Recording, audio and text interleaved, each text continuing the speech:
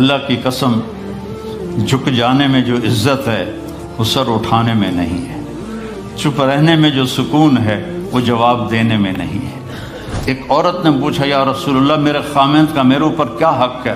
آپ نے فرمایا تیرے خامند کے جسم پہ پھوڑے نکل آئیں اور ان میں گندا پانی جمع ہو جائے اور تو زبان سے چاٹ چاٹ کے اس کے زخم صاف کرے تو بھی تو نے خامند کا حق ادا نہیں کیا۔ دونوں کو بیلنس کیا ہے۔ بہترین مسلمان وہ ہے جس کا بیوی کے ساتھ اچھا سلوک ہو۔ جب تک آپ کو صبر اور برداشت کرنا نہیں آئے گا آپ کی زندگی خوبصورت نہیں ہو سکتی۔ غصے کو پینا سیکھو، غصے کو دبانا سیکھو، غصے کے وقت چپ رہنا سیکھو تو آپ کی زندگی بڑی خوبصورت ہو جائے گی۔ دل دریا سمندروں ڈوبے کون دلانیاں جانے ہو، وچے بیڑے وچے جھیڑے وچے ونج مہانے ہو۔ میرے نبی نے گھروں کو آباد کرنے کا ایک خوبصورت طریقہ بتایا کہ اس زبان پہ قابو کر لو، اس زبان پہ قابو کر لو، خاموش رہنا سیکھ لو۔ غصے کے بیوی کو غصہ چڑھ جائے تو خامند چپ کر جائے، خامند کو غصہ چڑھے تو بیوی چپ کر جائے تو آپ کا گھر خوبصورت رہے گا۔ اگر دونوں ہی آگ لگ گئی اور دونوں ہی بولنا شروع ہو گئے تو آپ بھی گئے، آپ کے بچے بھی گئے۔ اپنی زبان پہ قابو پانا سیکھو۔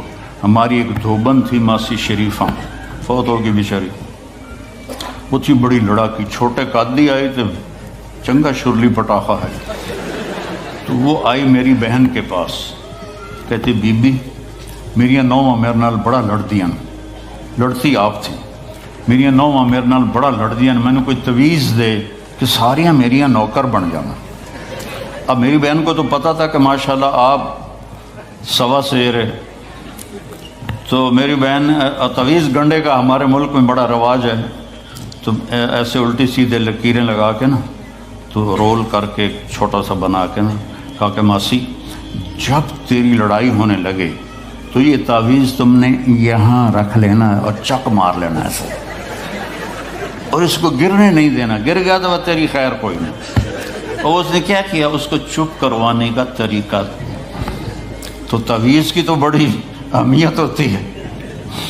تو ایک ہفتے کے بعد آ گئی، بی بی تو بڑا چنگا تعویذ دیتا، ساری لڑائی ختم ہو گئی کیونکہ ماسی شریفہ چپ ہو گئی۔ تو یہ سب ان عورتوں کو بھی تعویذ دیتا ہوں، ماسی شریفہ والا آپ کو بھی دیتا ہوں۔ ماسی شریفہ والا تعویذ لے لو، آپ کی زندگی بڑی خوشحال ہو جائے گی۔ اللہ کی قسم جھک جانے میں جو عزت ہے وہ سر اٹھانے میں نہیں ہے، چپ رہنے میں جو سکون ہے وہ جواب دینے میں نہیں ہے۔ آپ خاموش رہنا سیکھو، آپ اپنے بچوں کو عزت دینا سیکھو، اپنے بچوں کو ٹائم دیا کرو۔ یہاں مرد کی بھی جاب ہے، عورت کی بھی جاب ہے، تو بچے نظر انداز ہوتے ہیں، ان کو ٹائم دو۔ میرے نبی نے فرمایا اکرموا اولادکم، اپنی اولاد کو عزت دو، اور آپ نے فرمایا خیرکم خیرکم لأہلہ، سب سے بہترین مسلمان وہ ہے جو بیوی سے اچھا سلوک کرے۔ اور ایک عورت نے پوچھا یا رسول اللہ میرے خامند کا میرے اوپر کیا حق ہے؟ آپ نے فرمایا تیرے خامند کے جسم پہ پھوڑے نکل آئیں اور ان میں گندا پانی جمع ہو جائے اور تو زبان سے چاٹ چاٹ کے اس کے زخم صاف کرے تو بھی تو نے خامند کا حق ادا نہیں کیا۔ دونوں کو بیلنس کیا ہے۔ بہترین مسلمان وہ ہے جس کا بیوی کے ساتھ اچھا سلوک ہو۔ آپ نے 11 شادیاں کی، یہ شوق کی نہیں تھیں، یہ اللہ کے حکم کی تھیں اور ہمیں زندگی سمجھانے کے لیے تھیں کہ آپ یہاں رہو یا کہیں اور جگہ رہو، جب تک آپ کو صبر اور برداشت کرنا نہیں آئے گا آپ کی زندگی خوبصورت نہیں ہو سکتی۔ غصے کو پینا سیکھو، غصے کو دبانا سیکھو، غصے کے وقت چپ رہنا سیکھو تو آپ کی زندگی بڑی خوبصورت ہو جائے گی، بہت حسین ہو جائے گی۔ زندگی اندر ہے، باہر نہیں۔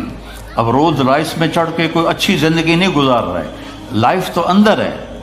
دل دریا سمندروں ڈوبے کون دلانیاں جانے ہو، وچے بیڑے وچے جھیڑے وچے ونج مہانے ہو۔ یہ اندر ہے، لائف اندر ہے۔ اور کیا لطف انجمن کا جب دل ہی بجھ گیا ہو، جب اندر بجھا ہوا ہو تو پھر باہر کی چیزیں کوئی مزہ نہیں دیتی۔ عاصم کے مرنے کے بعد ہمیں کوئی شے اچھی نہیں لگتی، حالانکہ لائف ہر نعمت موجود ہے، سب کچھ موجود ہے۔ میرے بیٹے کا نام عاصم تھا جو فوت ہوا ابھی، جب 36 سال کی عمر میں، تو کوئی شے اچھی نہیں لگتی کہ اندر ویرانی آ گئی۔ یہ اندر میں خوشحالی ہو، اس کے لیے صرف ایک ہی دوا ہے، وہ ہے محمدی بننا اور محمدی اخلاق کو اختیار کرنا، اللہ کے نبی کے طریقے پر چلتے ہوئے اپنی جان سے لڑائی لڑنا۔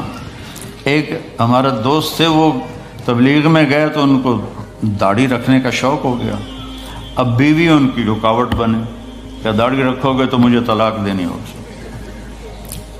اب وہ کافی دیر بیچارے سوچتے رہے، ایک دن ان کو ترکیب سوچی، آ کے بیگم سے کہنے لگے میرا جی چاہ رہا ہے کہ میں دوسری شادی کروں، لیکن میں سوچتا ہوں پہلے داڑھی رکھوں یا پہلے شادی کروں۔